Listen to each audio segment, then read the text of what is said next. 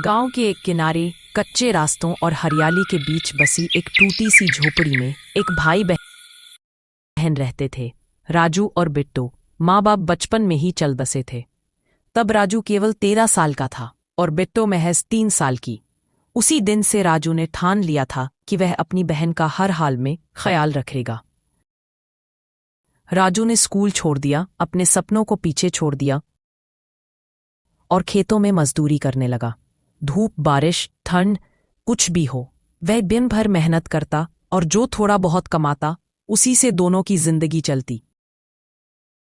राजू कभी भी किसी त्योहार का महत्व नहीं समझ पाया क्योंकि घर में उत्सव मनाने का सामर्थ्य ही नहीं था।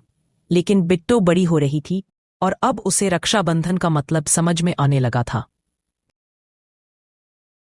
राखी आने में अभी 1 हफ्ता बाकी था। बिट्टू रोज सुबह अपने पुराने से तकिए के नीचे रखे पैसे गिनती। वो पैसे उसने पिछले साल से इकट्ठा करने शुरू किए थे। 1 रुपए, 2 रुपए, तो कभी माँ बाप की पुरानी गुल्लक से गिरे कुछ सिक्के। उसे एक ही सपना था, इस बार वो अपने भैया के लिए एक सुंदर सी राखी खरीदेगी और मिठाई भी।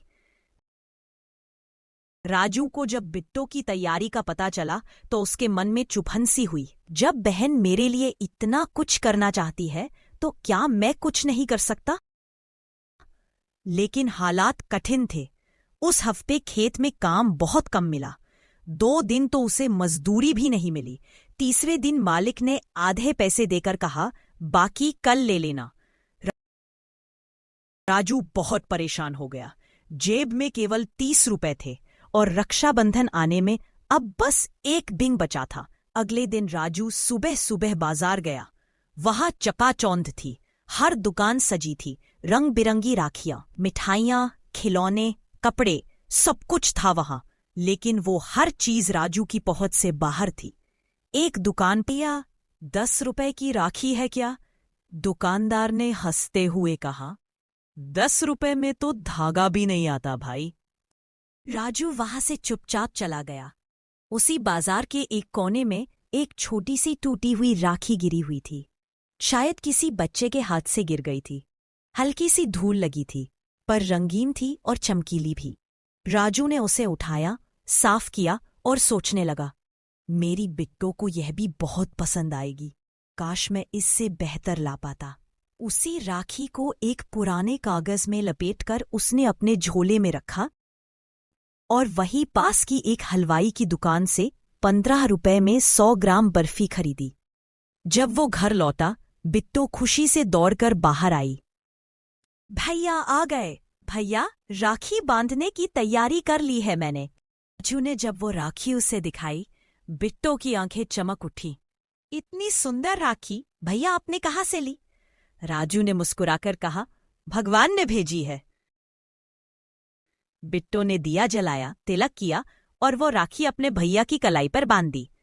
फिर मिठाई खिलाई और अपनी गुल्लक से एक पुराना कागज निकालकर राजू को दिया।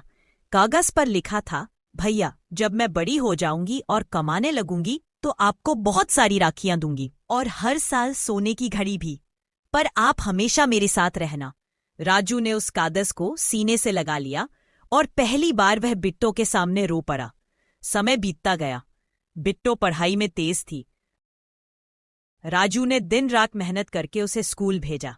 कई बार भूखा सो गया, लेकिन बिट्टू की किताबों के लिए पैसे जोड़ता रहा। बिट्टू बड़ी हुई, पढ़ लिखकर शहर गई और वही नौकरी भी लग गई। अब वो राजू के लिए हर महीने पैसे भेजती, कपड़े भेजती और हर राखी पर आती। लेकिन हर साल जब वो राखी बांधती तो वही पुरानी टूटी राखी जो राजू ने पहली बार दी थी, उसकी अलमारी में एक फ्रेम में सजाकर रखी जाती थी। बिट्टू कहती थी, ये सिर्फ राखी नहीं है भैया, ये आपके त्याग, आपके प्यार और आपकी मेहनत की निशानी है। दुनिया की सबसे कीमती चीज। राजू अब बूढ़ा हो गया है। उसका शरीर कमजोर है, पर उसकी आंखों की चमक अब भी वैसी ही है जब वो अपनी बहन को देखता है। हर रक्षाबंधन पर दोनों फिर से वही पुराने दिनों को याद करते हैं और उस राखी को देखते हैं जो टूटी जरूर थी, मगर जिस डोर ने उनका रिश्ता अमर बना दिया।